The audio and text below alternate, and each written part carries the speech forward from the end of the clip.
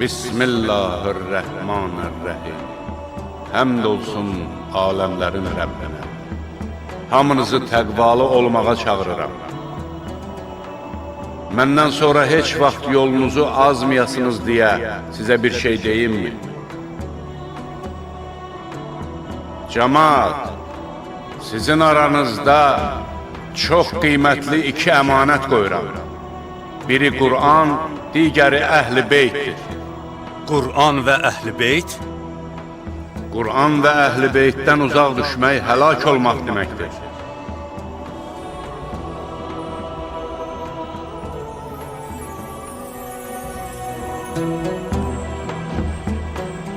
Allah mənim Mövlamdır. Mən də möminlərin Mövlasıyam. Mən kimin Mövlasıyamsa, bu Əli də onun Mövlasıdır. İlahi, onu sevəni sev, ona düşmən olanla düşmən ol. İlahi, Əlini sevəni sən də sev, ona düşmən olana sən də düşmən ol. Cəmaat, haqq həmişə Əlinin yanında, Əli də həmişə haqqın tərəfindədir. Allahu Akbar, Allahu Akbar, mübarək olsun Əli.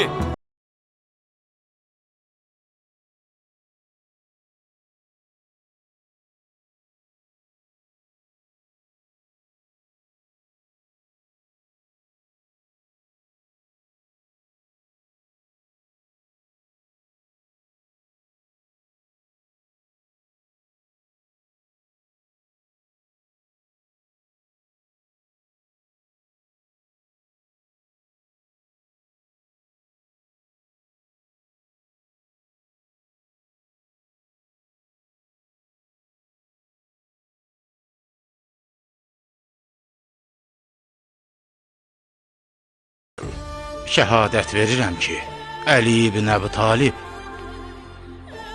Allahı çox zikr eləyirdi. Namaz halında zəkat verərdi. Cəmaatın sevimlisi idi. İnsanları haqqa dəvət edərdi. Ədalətli və bağışlayan idi. O yerin və göyün nizam-intizamının vəhdəti idi. Hər kəsdən ağıllı, hər kəsdən şücayətli idi.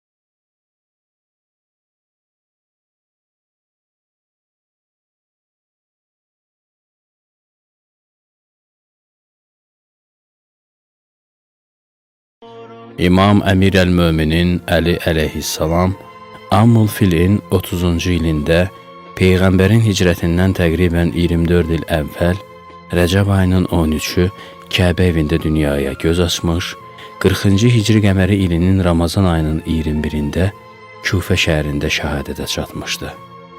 Müqəddəs məzarı Nəcəf şəhərindədir. Atası Əbu Talib, anası Fatimə Əsəd qızıdır. İmam Əli uşaqlıq dövrünü Peyğəmbərin evində keçirmişdi. Atası Əbu Talibin əhli əyalı böyük və güzaranı çətin olduğundan, Peyğəmbər onun övladlarından birini öz evinə aparmaq istəmiş və Həzrət Əlini götürmüşdü. Peyğəmbər bunu Əbu Talibin ona yetim və ata-anasız qaldığı zaman etdiyi yaxşılığın müqabilində bir növ kömək hesab edilmiş. Əslində bu iftixarın Həzrət Əliyə nəsib olması Allahın iradə və istəyi ilə olmuşdu. Elə bir iftixar ki, Fatimədən başqa heç kim ona şərik ola bilməmişdi. Peyğəmbər İmam Əlini öz öhdəsinə götürərək buyurmuşdu: O kəsi seçdim ki, Allah Taala da onu mənim üçün seçmişdir. İmam Əli öz xilafəti dövründə Qasiyə xutbəsində uşaqlıq illərinin tərbiyəsinə işarə edərək buyurmuşdu: Siz, Peyğəmbərlərin səhabələri, Mənim Peyğəmbərlə yaxın qohumluğumu və mənim onunla olan xas mövqeyimi yaxşı bilirsiniz. Bilirsiniz ki, mən uşaq olarkən Peyğəmbər məni öz qucağına alıb, bağrına basar və məni öz yatağında yatızdırardı. Belə ki, mən onun bədəninə yapışaraq, onun iyini hiss edərdim. O mənə yemək yedizdirərdi. Mən anasının ardınca düşən uşaq kimi həmişə onun ardınca düşərdim. Gündə bir əxlaqi məsələni mənə öyrədər və tapşırardı ki, ona riayət edim.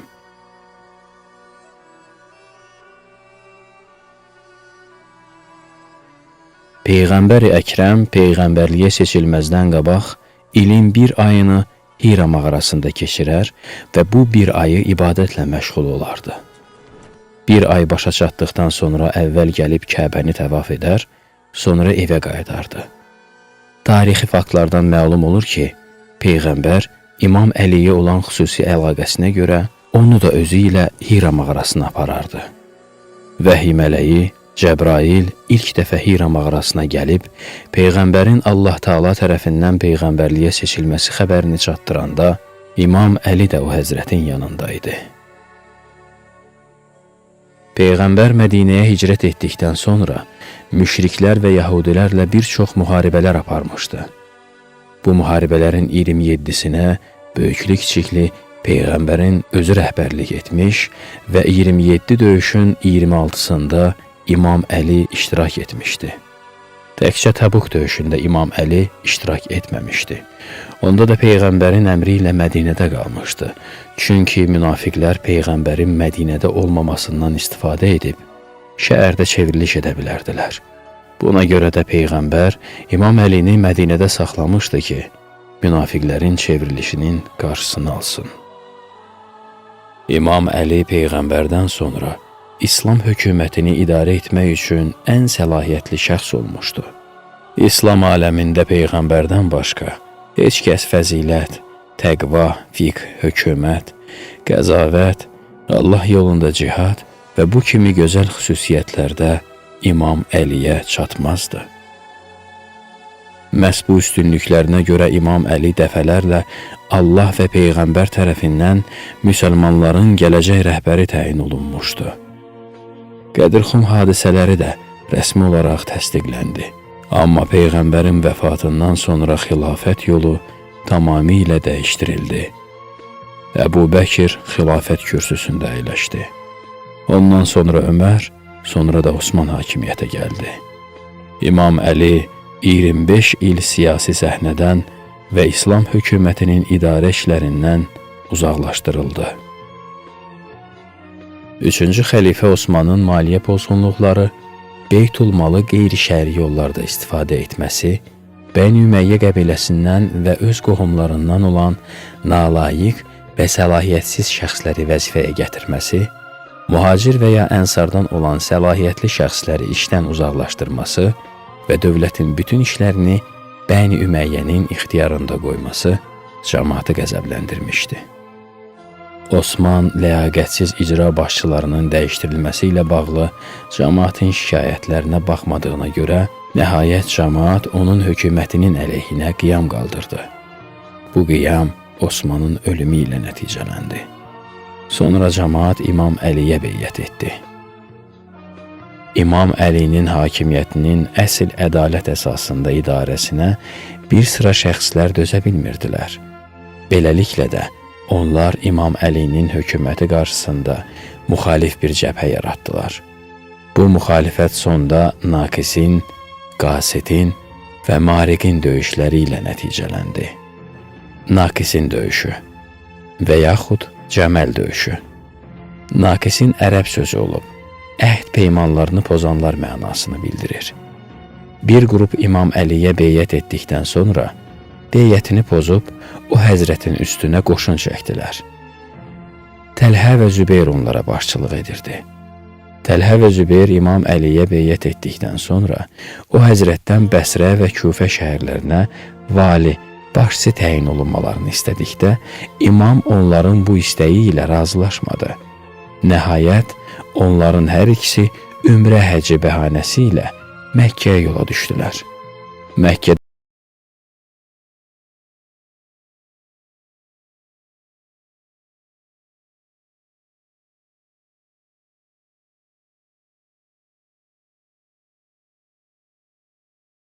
Döyüşçü istəmirdin? Mən qarşındayam. Allahın Rəsulu Mühəmmədin qardaşı Əli ibn Əbu Talibəm. Sıyır kılıncını Ebu Talib'in Allah! Sıyır kılıncını! عمري إلا وطل على الكون ربي فرزات بك عبر كروده يسوس يومي